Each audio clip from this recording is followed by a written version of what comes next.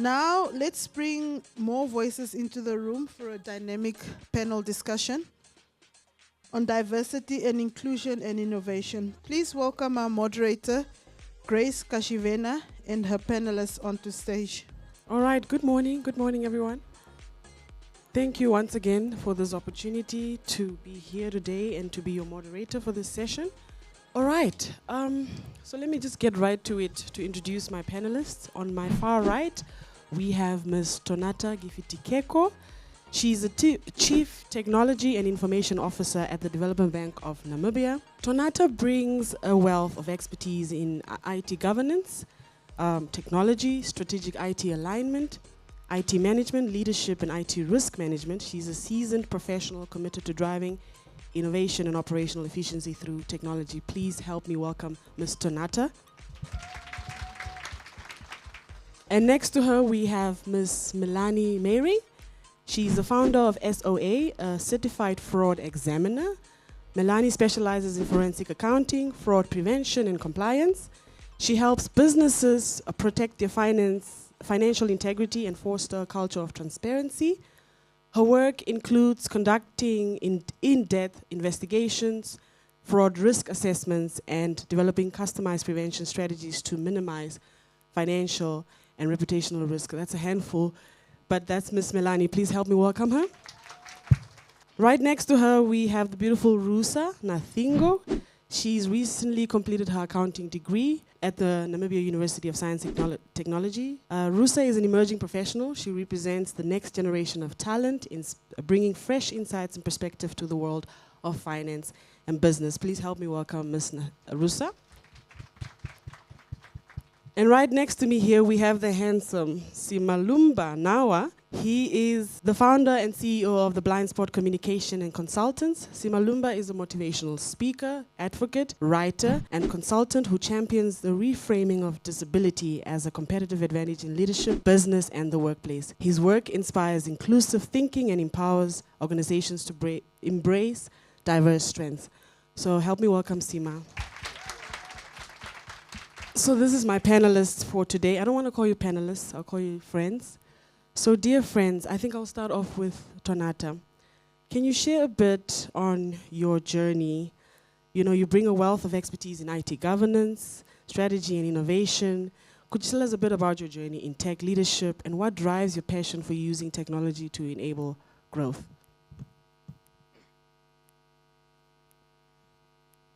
Testing. Okay. That question always catches me so off guard because I don't know what I'm supposed to tell you. But yes, my name is Said. I grew up in a village outside of Okahao. I went through high school, went to UNAM, did my Bachelor of Science in Mathematics and Computer Science. A whole lot of degrees after that. But let me get to the experiences. So I did my internship actually at breweries as a PC technician, as you can imagine. Started my career at Silnam as just a normal analyst. I was a developer then for human capital solutions in Oracle. Went on to telecom, did about 3 jobs in telecom, and I left telecom as acting manager of financial systems in applications. I am now at Development Bank. And at Development Bank, I actually started as a business process analyst. Went through to do 3 other job positions after that, which now lends me to my current role of CTIO. Thank you. I truly believe that technology has a capability to level the playing ground. And why that is the case is the fact that, you know, with other revolutions, right, we needed to build big factories, have complicated machinery installed to actually get to that point. With technology, what AI needs in Namibia is the same requirement that AI needs in Europe. America, yeah. What AI can do here is different, because we can actually then use it to localize the solutions to the local problems. And just the understanding of this, that we don't need to go through the whole process to get to the fourth industrial revolution or the fifth one. We don't have to go through the whole process. We can really just concentrate on this one and get this one right. And this one has a bit more probability of it becoming a reality, because it's just skill that is needed most. And if we then put all of the resources into getting these things up and running, then we will be able to really get on par very, very fast. So that's really my core of belief. All right. Thank you, Ms. Donata. I like how she started with her journey and now she's encouraging us into this AI. Thank you, Ms. Donata. Ms. Melanie, as the founder of SOA and a certified fraud examiner, your work in forensic accounting and fraud prevention is all about protecting financial integrity, right? And promoting transparency. Can you briefly share what inspired your journey into this field and how did it come about? Hello? Wow. Yeah, thank you, Grace. Yeah, what inspired me? It was a long, long journey. So a few of you have seen me back when I came to Namibia, where I still did fitness and nutrition. And then obviously that didn't make so much money. And then a friend asked me if I can help him with the books. So I did the bookkeeping, and then I registered with NEPA, and I did their training, and then I went into the accounting. And then the forensic accounting was actually a webinar from the ACFE South Africa. And when I listened to that, that was so cool. It's like a Sherlock Holmes. It's like you investigate, and it's not only the boring auditing stuff. I mean, if someone of you knows how an auditor does financial audits with his Excel sheets and sheets and sheets and sheets, I do the same with AI. So I put it in there, and it gives me in 10 minutes, like, okay, you have to look there, you have to look there, you have to look there, you have to look there. And then I check it, and then it's like, okay, most of the times it's human errors. Honestly, all the investigations I did, there was not once, I didn't do so many, there was not once really fraudulent behavior. It was more a lack of knowledge. And that's something that I also experienced. I mean, when I started at a company, I was not even trained. It was like, here are your clients, do your job. I was like, okay, I'm from Germany, I don't know the act. So I went home, downloaded all the acts, learned all the VAT acts, all the income tax, and did my stuff.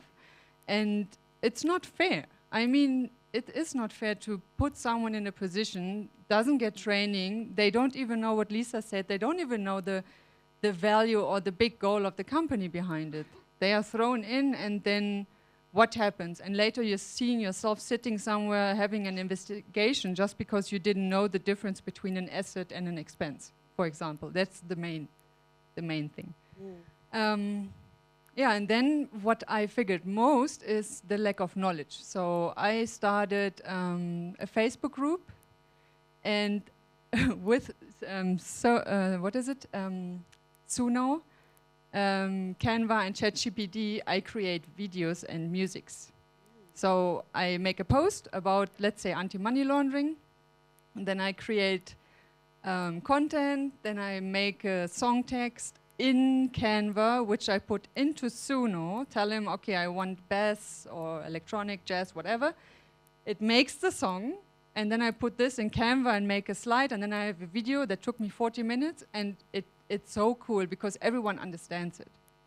Because if I would go to someone and give you a boring lesson about, like, this is the financial institution, and this is what you have to do, and this is how fraud is explained, no one will listen to me. But if I make it in a funny video with AI, I can deliver the same message broader, and it's a little bit engaging also. All right. And I really love Vanessa because I think we are soulmates in brain. When you stand in front, it's like, yeah, you're actually saying what I feel. I love AI, and I love also ChatGPT, but it has to be the paid version. And what a lot of people don't know, it's a large language model. So what I did is, in the December holidays, I put all the acts, all my financial papers into it, created projects, locked it, and now when I have a situation, I go and say like, okay, please, what schedule in the Income Tax Act was about privacy? Then it gives me, not privacy, sorry, about farming, then it gives me exactly the act, then I go there, check it, okay, yeah, that's what it is. Because of course we have to know the stuff, but smart is knowing where it stands. Yeah. So you don't have to have everything in your brain, so use it.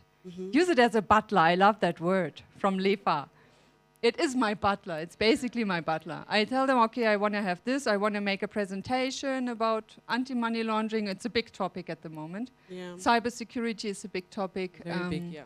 And I use it and say, okay, give me the last 20 articles in Namibia and Africa, and then I go through the articles, and this is how I get my knowledge. It's not sitting in front of Google, which gives me 150,000 results. And because I prompted it, I only want to have fact-based information concerning Namibia, because I live here, I want to work here. So it is basically my butler. All right. So Thank you. Thank you, Ms. Melanie. Just quickly a follow-up question. How do we access these videos of yours? Are they on all social media platforms? Yeah, they are on social media. It's Anyone has SOA Growth and Integrity Consulting. All right. Thanks. Thank you. Thank you, Melanie. Rusa, over to you. As someone who just completed this important milestone of accounting, I'm sure it takes a lot of years to complete that degree, and there's so many challenges, and you probably fail modules and you have to repeat year after year. Can you share a bit about your journey? What inspired you, first of all, to pursue this path, and some of the challenges you had to overcome along the way?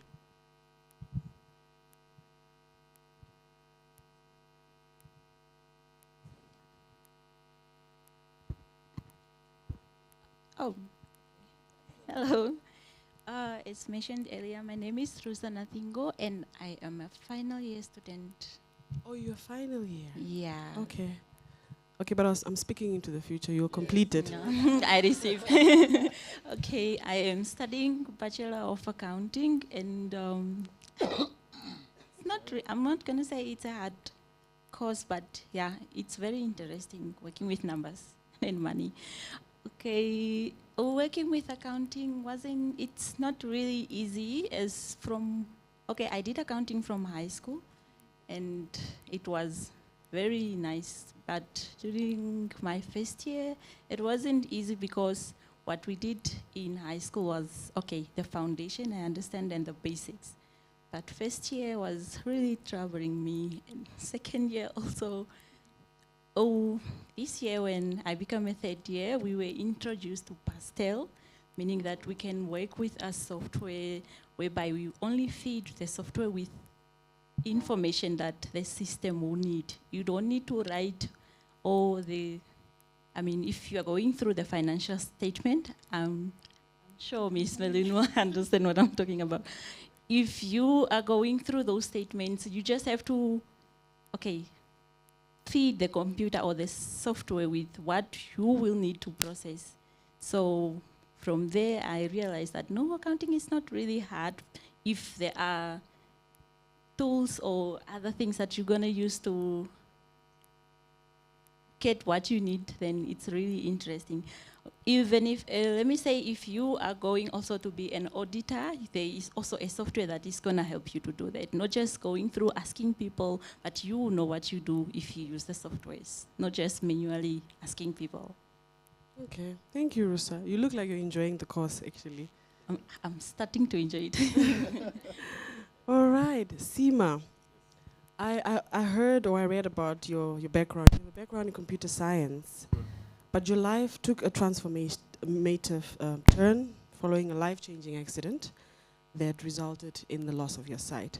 Yes. Seema, can you tell us how, can you take us back to the moment that inspired the founding, first of all, of Blind Spot, and how you made it through up to today? Thank you, Grace. Good morning, everyone. As introduced, my name is Seema. I'm going to teach us something today. So what I'm going to do is an inclusive introduction.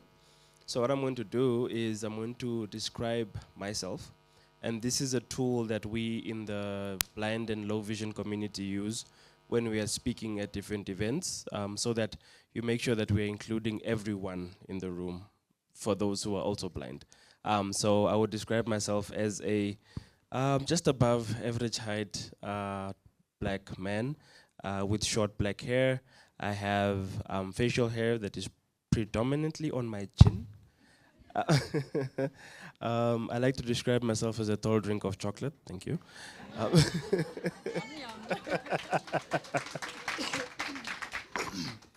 I'm wearing a white shirt, a tan coat, black pants, and boots. So this is something that we use in the blind community to describe ourselves, so that we in the room also have an idea of who's speaking to us. Now to circle back on my journey. I was born in Zambia, but raised in Namibia. So I've lived here for 20 plus years. And all my academic background is here. As was mentioned, I studied computer science.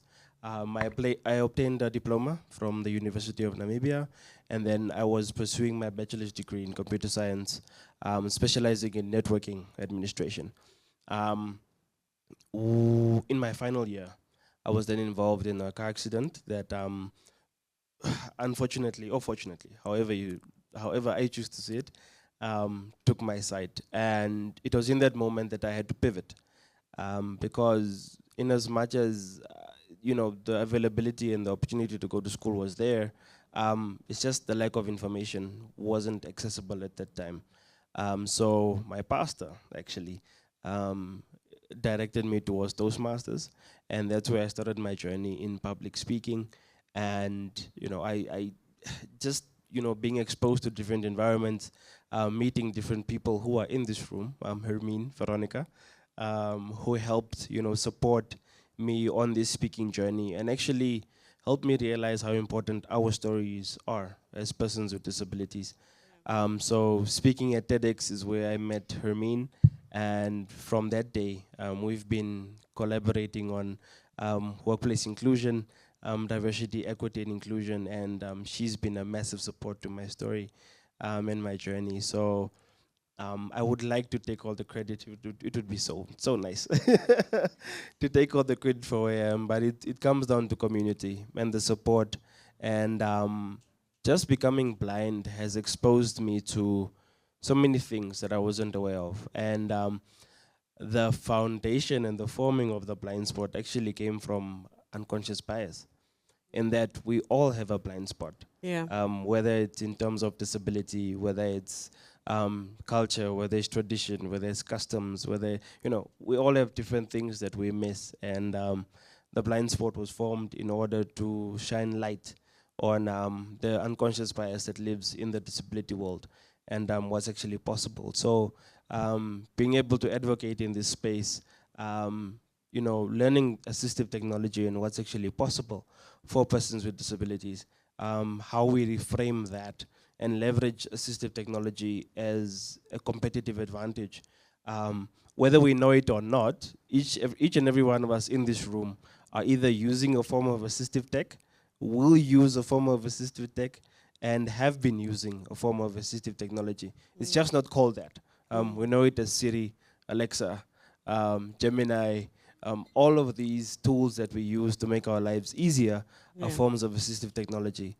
And I think it's imperative that we, especially in Namibia, tap into this billion-dollar ecosystem. Assistive technology is a billion-dollar industry, and it's an emerging industry. So I think it's important that we come together, organizations such as SALT, LEFA, all the stakeholders in the room, that we take advantage of this unique space and understand that Africa is in a unique position to take advantage of this and really build, another pillar to our socioeconomic status and become a global competitor in this space. Thank you. Thank you, Sima, for that remarkable story. Your story is not only inspiring, it is impactful, and I'm really honored to be in your midst and learn a lot from you. So to wrap up our discussion, dear friends, I would like us to bring it back to our central theme, which is the role of diversity and inclusion in driving innovation and business success. So I would like to hear each of your thoughts. What does this mean to you, and how have you seen diversity and inclusion make a real impact on work, tech, industry, accounting, and so forth. Anyone can start it. I'll go first, if All right. that's fine. Um, the role of diversity, equity, and inclusion in innovation and business, I think, is imperative. The statistics show that companies that embrace diversity are 30% more profitable, 90% more productive. So those numbers alone should be reason enough for us to tap into the diverse voices in the room, make sure that everyone is represented, and that there's diversity of thought. And that's where innovation comes from. That's what drives success. Yeah. Different voices in the room, different lived experiences, understanding where we come from. And that also builds trust, that builds cohesion, that builds understanding. And these are some of the pillars that we can use to drive business success as well as innovation. So yeah, diversity, equity, and inclusion, in as much as it's now become a buzzword, I think they are important pillars that we can use and integrate into our everyday lives and make sure that we scale actually our businesses and innovate. Not only for marginalized groups, but we need to innovate so that it crosses over, so that everyone can use it. I think that's when innovation is at its best. Thank you. Thank you, Sima. Yes, Mr. Nata?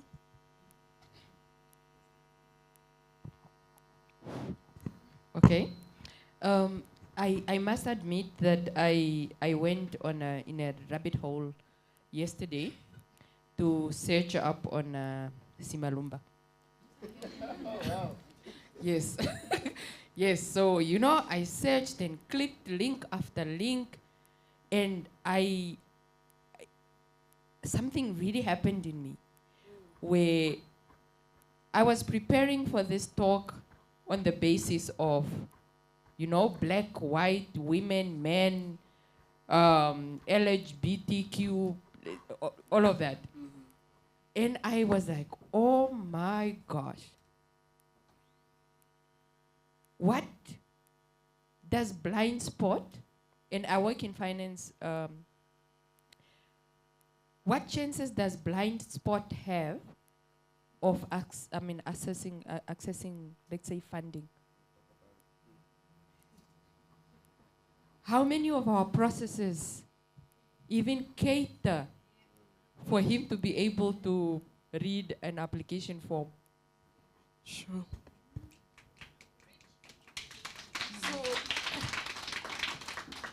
So yes, I just want to say that, like, it really, it showed me my blind spot.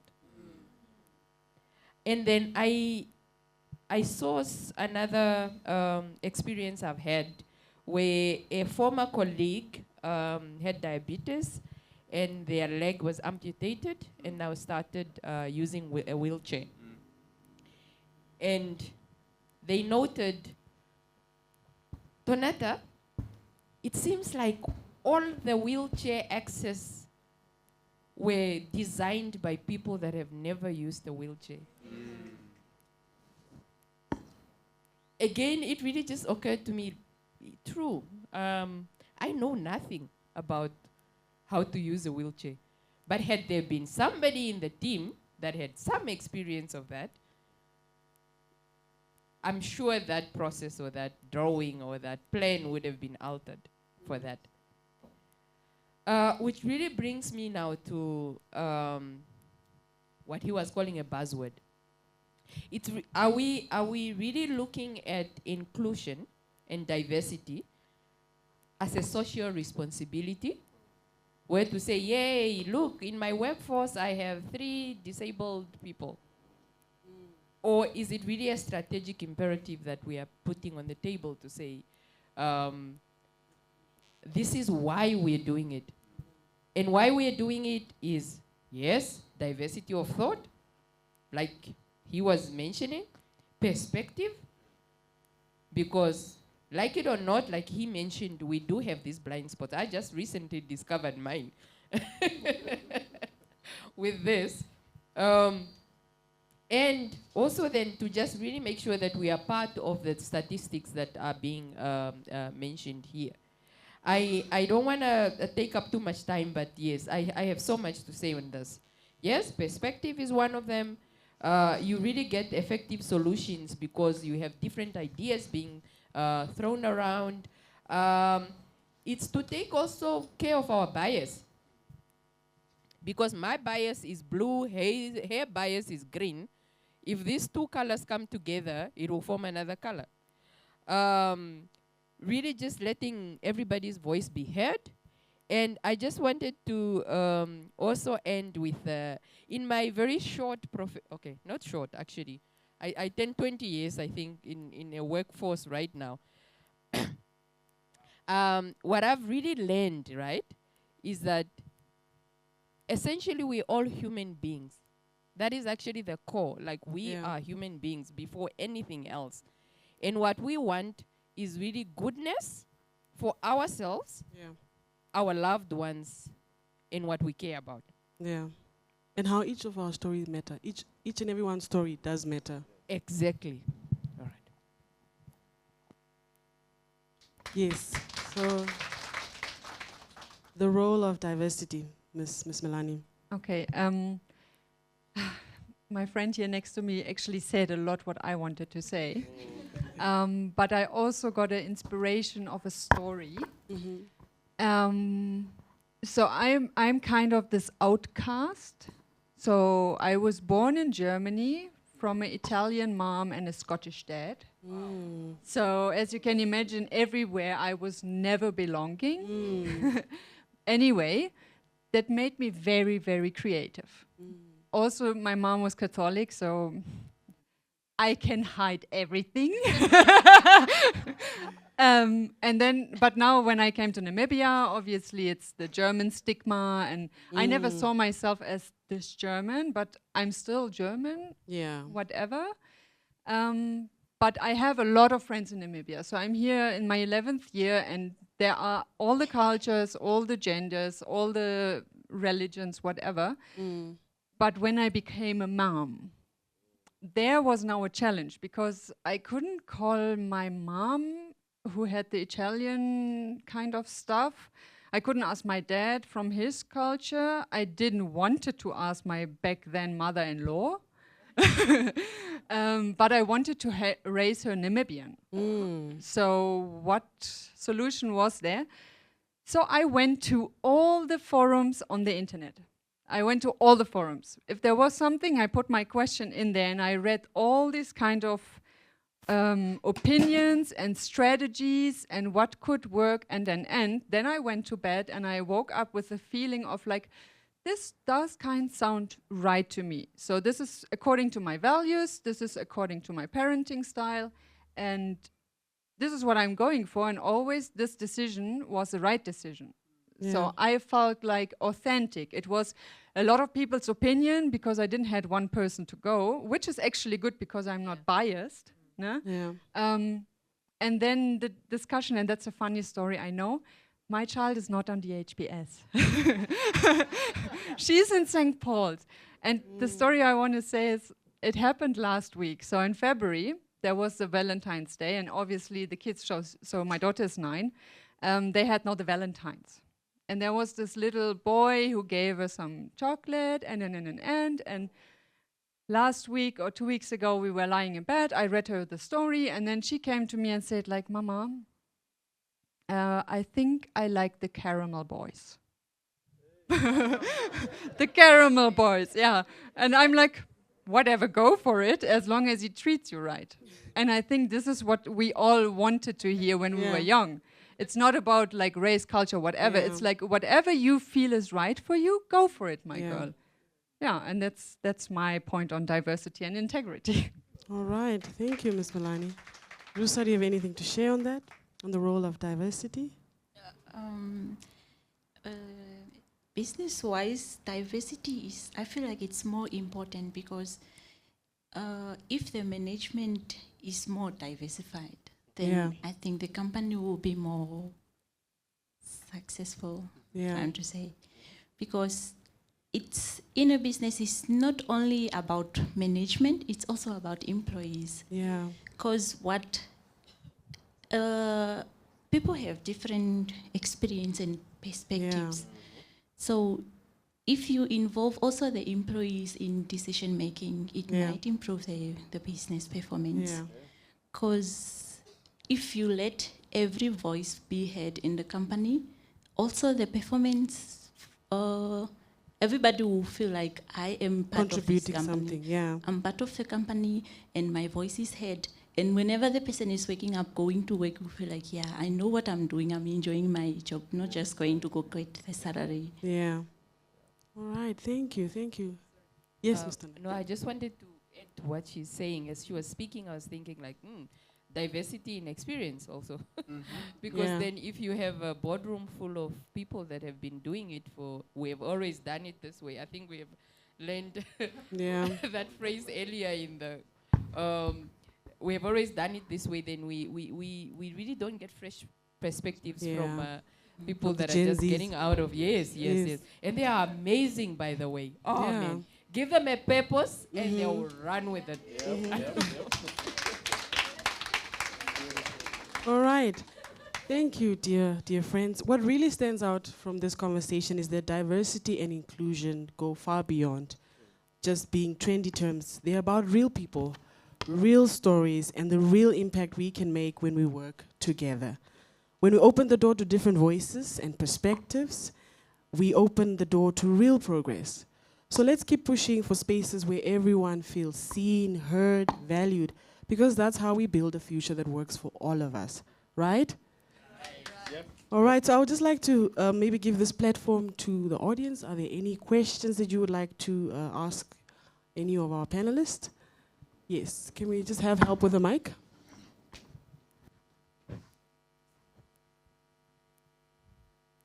Hello, my name is Nomvula.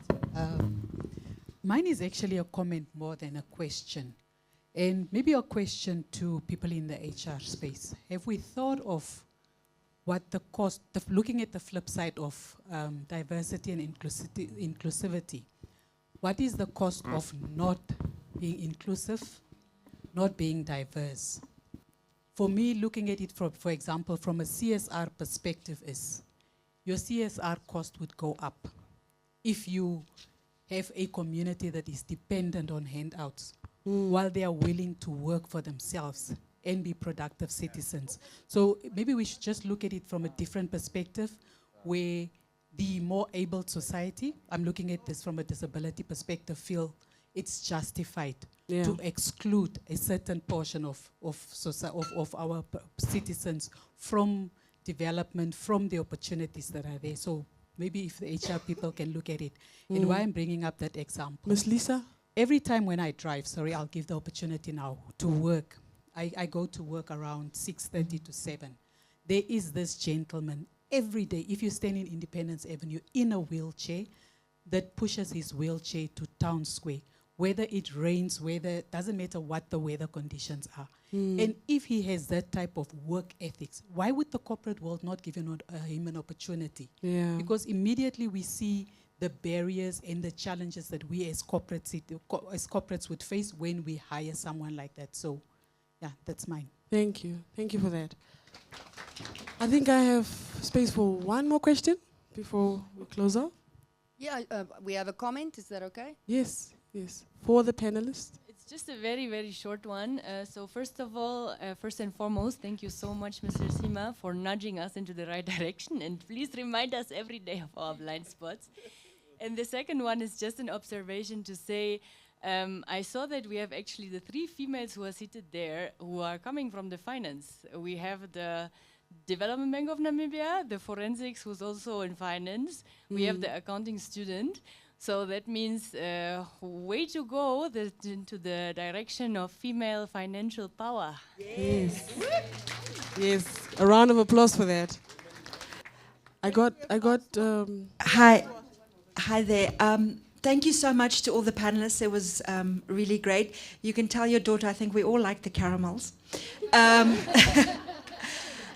This question is for Sima. I was very interested when you said that, we all use adaptive technologies and assisted, thank you, assistant technologies. Now, we all know that some technologies can be an equalizer, some can oppress. In your opinion, what would be some of the... I'm from NUST, right? And if we want to make our place more inclusive using technologies, what are maybe one or two of the technologies that you found are very inclusive and is easy to use within certain marginalized communities? Thank you. Okay, thank you for that question. Well, assistive technology is a very broad spectrum. So it would depend on what you will need in your organization. So it's case-to-case sensitive. For example, if you are a company who wants to employ or who employs persons who are blind and have low vision, you would look into assistive technology like JAWS. You would look into non-visual desktop access. So these are all screen readers that enable us who are blind to interact with the user interface of the software. Another one would be for the deaf and hard of hearing community. Those will be now hearing aids. A funny thing that I discovered the other day, our AirPods are actually just hearing aids that went to private school. That's like the whole concept is designed from a hearing aid. So this is how companies actually take assistive technology and innovate in order to cross over to the general public. So those are some of the softwares you can use. Cool. All right, thank you, Sima. I hope that answers your question. Are there any more questions? I got a heads up from my timekeeper that we still got time. Are there any more questions from the floor? Just before we do that, I wanna ask Sima as well. The first time I met you, I said stupidly, ignorantly, let's exchange numbers and then we can talk on WhatsApp. And he said to me, no problem. So can you just talk a very short bit, on how you communicate and post your post for Blind Spot on LinkedIn and Facebook, WhatsApp comms, email comms, how that has empowered you to reach your audience? Thank you for that. That was a very interesting interaction, because people usually ask, like, what would suit you best? And there isn't really one size fits all. Obviously, there are platforms that work better and others that don't work really well. So my phone, which is the iPhone, has a built-in screen reader. It's called VoiceOver. So it's under the settings, you go to accessibility, and you turn on VoiceOver. And what it is, it's basically feedback. So it's speech. As I scroll, as I tap on the screen, there's a voice that gives me feedback on what I'm interacting with currently. So when I'm sending WhatsApp, I type, using the keyboard, or I use dictation. I'm sure most of us know dictation. It's a little microphone on your keyboard. So I use that a lot. I use dictation a lot. And that's really how I've been able to interact using different social media platforms, Facebook, LinkedIn, WhatsApp, sending emails. It's all through assistive technology. And I champion this conversation so much because in my journey now being blind, I've realized that there's one thing that doesn't discriminate, and that is technology. Yeah. So we need to leverage it as much as possible in order for us to level the playing field, not just for women, for persons with disabilities, but for everyone. As long as it's used for good, I believe tech has the power to transform across board. Yes. Thank you. Thank you so much, Sima. I heard, Ms. Lisa, you wanted to say something? Thank you very much. Maybe to just respond to Ms. Nomvula's question, I wanted to mention that as a consultant, I've had the privilege to work with the National Disability Center or Council of Namibia, NDCN. And one of the things I do when I go to a company lately if I'm using the stairs, the first thing I'll be like, do you have disability parking, and all that. So it has opened me up in such a way that I get to appreciate, and I've seen in terms of their workforce how they also employ the different disabled or people living with disability. So if you know anybody who is living with disability, they can register themselves with the National Disability Council. They do placement. They also monitor in terms of companies, because sometimes as employers, we encourage those living with disability to apply. We employ them because we have to submit for AA, compliance perspective.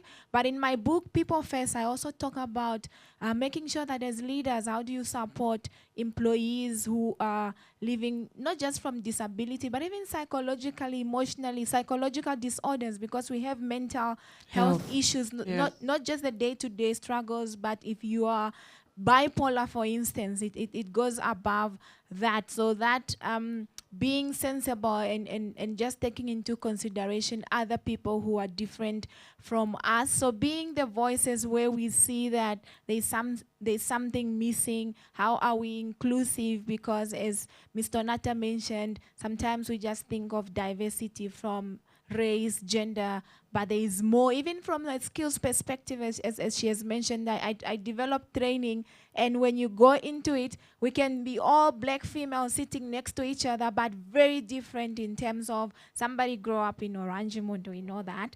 So that whole aspect becomes different. So our job is to advocate for people to be included, and to also encourage, from a UNAM, has a department where you can study. They graduate. We have seen whether you are blind, whether you are in a wheelchair. I've seen NAST as well. There is a company, Road Administration Fund. There's actually a story of a guy. I've been trying to get him on TV so that he can inspire others, just like Sima's story. He used to work for MBL. You probably remember him, Miss Donner. And he went to study in Germany, and unfortunately he was in an accident, and he lost his feet, he lost his arms, and he went to the village for 5 years. I'm going to make it short. And as I'm speaking to you now, he's in procurement. He works at Road Fund Administration. He has graduated at NASA. I think he might be graduating again this year. He's on TikTok. So it's those stories that show you that regardless of your situation, a career is still possible. Technology makes it possible, and the support system, there are actually companies that are out there that are inclusive, and it's our job as women in entrepreneurs, women in tech, executives, to provide those platforms. Thank you. Thank you. Thank you so much, Ms. Lisa. All right, one more question, comment? Yes. Sorry, before she asks that question, I just want to announce there's a car with a registration 88272. 88272. Your car isn't locked. Are we in here? All right. How did they see that it's not locked? They opened it, or what? Morning, everyone. My name is Chantal van Wyk. It's more a comment, rather, or rather a suggestion. A lot of times when developing or when innovating, we say that, no, this app can be used by everyone. But then we forget that, that main factor, what Sima is speaking of, and what Sima is representing also, that minorities are not included in this. One thing that I have to commend my previous lecturer on, Josephina Muntumo, she taught us so much about co-design, inclusive design, that human-computer interaction also. When we're trying to design whatever software it is, just also bring the minorities into the loop. Try and understand what their pain points are also.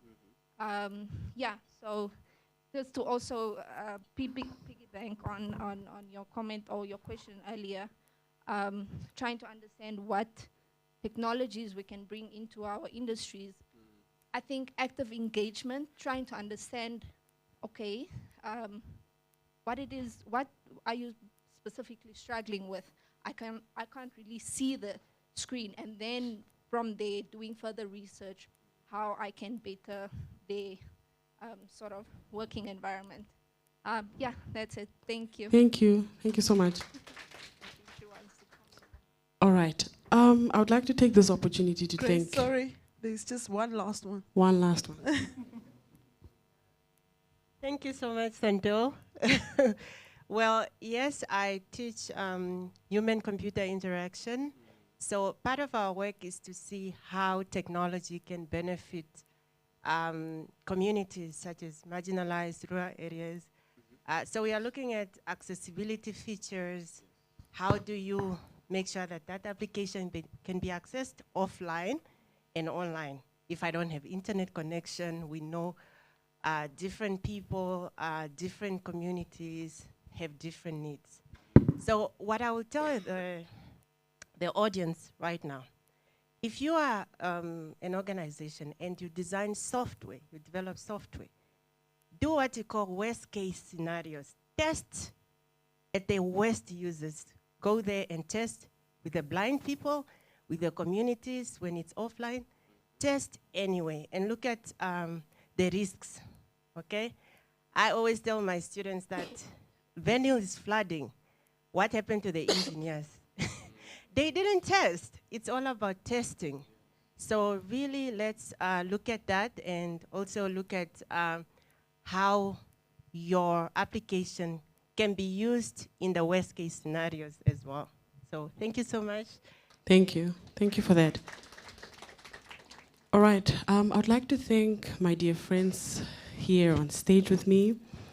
Ms. Tonata, thank you for sharing your perspective on how technology and leadership can drive innovation, efficiency. Are there any last words that you probably want to say? Last words. My last words is really just to say a lot of these things don't come naturally to us as humans, because you know what you know who you know, your experiences are yours. So we really need to put in that effort to make a conscious decision to making sure that inclusion is creating the value it's supposed to, and not just a tick box exercise. All right. That really is my last. Thank you. Thank you, Ms. Tonata. Ms. Melanie, thank you for the videos that you share on money laundering and all of this. It's a lot of people need to learn this, you know, because we are going through a lot. People are losing their hard-earned money, especially through cyber threats and attacks. Thank you for your incredible insights on the importance of financial integrity and transparency. Are there any last words? Did you? No. All right. Ms. Rusa, thank you for offering a fresh and exciting perspective on the future of finance and your journey in overcoming challenges as a young professional. I wish you all the best in your studies, and I hope you complete your degree. Sima, thank you very much for your inspiring story of resilience and your work empowering organizations through inclusive communication. Are there any last words? Thank you so much, Grace, for having me. I need to thank Sonia. Ever since I met you last year, you have been one of the people who's always championed my work, my posts, and the fact that you are using your platform to raise awareness, to, you know, bring the topic of inclusion and persons with disabilities and how reframing disability as a competitive advantage is an imperative for businesses, for leadership, for the workplace, for technology. I think goes without saying. So I'd like to thank you and your team for hosting me and all of us here. And just can we give a round of applause to Salt, please? Thank you, Sima. All right, so let's give it up for my dear friends here on stage. Thank you very much. I hope it was impactful. I hope you learned quite a few things from the